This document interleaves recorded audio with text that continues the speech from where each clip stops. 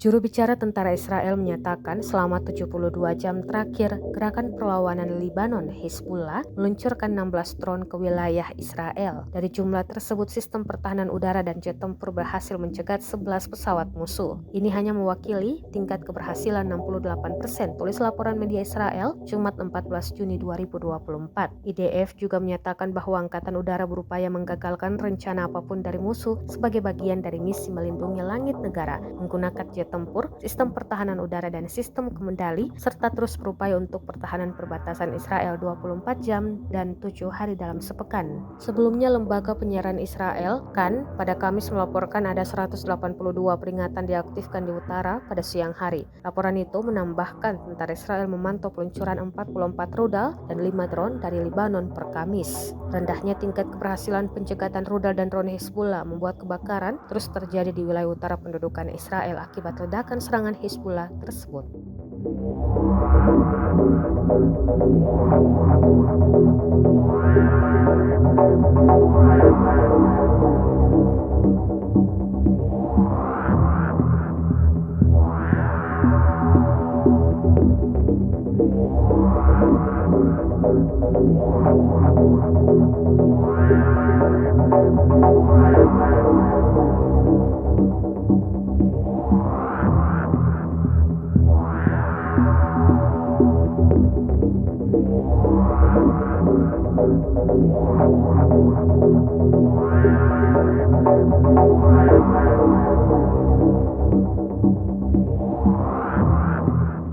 Download Tribun X sekarang, menghadirkan lokal menjadi Indonesia.